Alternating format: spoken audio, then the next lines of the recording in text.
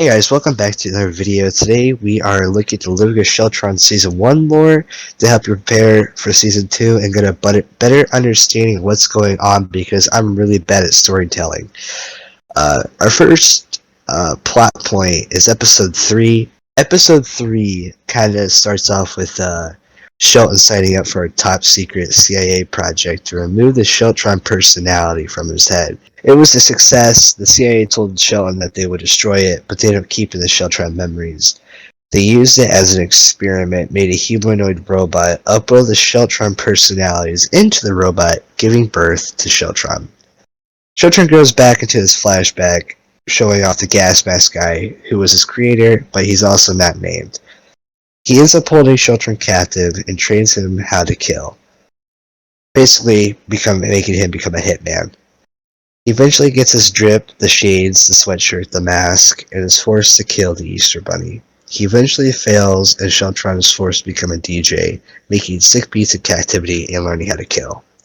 Eventually, he gets his first assignment, and he ends up killing his creator, the gas mask guy. He eventually escapes Site C, the place he's being captive at, and starts to live with Shelton. Eventually, episode 1 starts, and it seems like a normal sitcom. Sheltron talks about his one-sided story, and there's an interviewer who is also unnamed. Eventually, Sheltron kills him.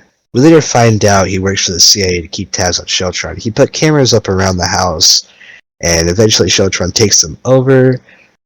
The CIA eventually figures out that Sheltron is a bigger threat than they thought. Episode 2 starts off as an Easter special with the Easter Bunny, and Sheltron wants to prove to Shelton that the Easter Bunny is real and get vengeance on it. Eventually, he does end up capturing the Easter Bunny and kills him. He also makes a guest appearance at John 327's birthday party, but lore-wise, doesn't really matter. Since episode 3 really is just a huge flashback sequence, we'll just go ahead and jump to episode 4.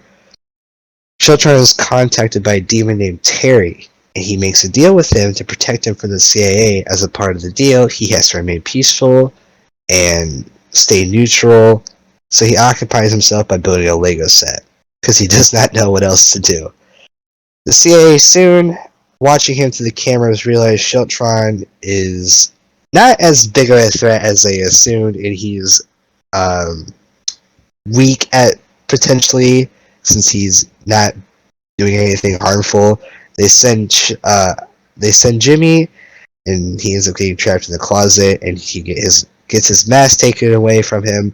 His mask is kind of like his vocal cords; it all attaches to him. He can talk to the mask and stuff.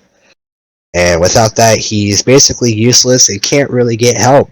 Episode 5 is a pretty important episode. A CIA imposter Sheltron called DJ Sheltron infiltrates Shelton's house.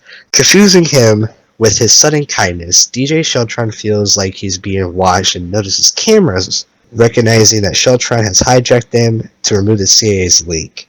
Terry appears and weakens DJ Sheltron after falsely believing him to have a soul. DJ Sheltron drugs Shelton and has Jim taken away to be cloned, as Shelton was the only person to ever successfully underwent the CIA operations. Terry motivates Sheltron to take revenge on DJ Sheltron. When Sheltron is almost defeated, he is saved by a mysterious figure who took a familiar form to not scare him. Sheltron then removes DJ Sheltron's endoskeleton head and keeps it as a trophy. A few weeks pass, and we see Shelton's clones raiding his dad's house. Episode 6. Sheltron receives a tip-off from a friend that leads him to where Shelton might be. Sheltron raids the house and kills all the clones, as well as 2 security guards. Sheltron comes across another clone who tries to convince him he is the real Shelton, but Sheltron can see through the lies and eventually kills him. Sheltron arrives home and then kills Jim after finding him there. The room turns red, indicating Terry's presence. The real Shelton finally comes home, but something seems wrong after his traumatic experience with being cloned. Episode 7. Shelton announces he is leaving after the clone incident to de-stress. Terry starts to mess with Sheltron by appearing on his cameras. Sheltron comes in and shows off his new ghost hunting gear. which doesn't seem to do much good as Terry appears again and nearly kills Sheltron, but he is saved last minute by Shelton, turning on a light, who forgot his backpack and had to come back home. Episode 8. Sheltron says his mind destroyed Terry and calls in an expert. After a few shenanigans, John manages to seal Terry away and save a Pepsi can. They eventually recarbonate to keep Terry's soul trapped in there forever. Shelton returns home from his vacation. We see a phone call between Adam and Jim Lay, where the unusual activity near Sheltron's position leads Adam to activate Operation 117. Episode 9. A new Shelton clone, also the host of LBN, breaks into Shelton's house and steals a mysterious flash drive.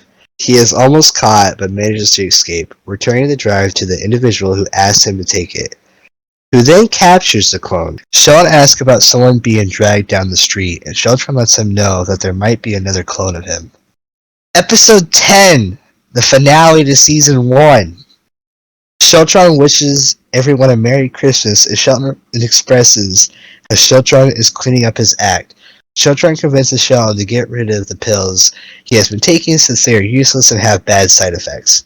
Sheltron practices a speech that he wants to give to Shelton about him leaving, and Shelton overhears it, saying that he is proud of Sheltron and that he should stay. While watching a movie and bonding, they hear a knock at the door and Gunslinger arrives. The New Year's Special. We see Sheltron, Shelton, and Gunslinger bonding as Sheltron tells a tall tale on New Year's. Basically, that whole New Year's Special was just a funny gag, just to show that the guys are still alive. Thank you all for watching. I hope you have a better understanding of Season 1. I hope you all are prepared for Season 2 and excited for it just as I am. I'll see you all in the next video. Peace.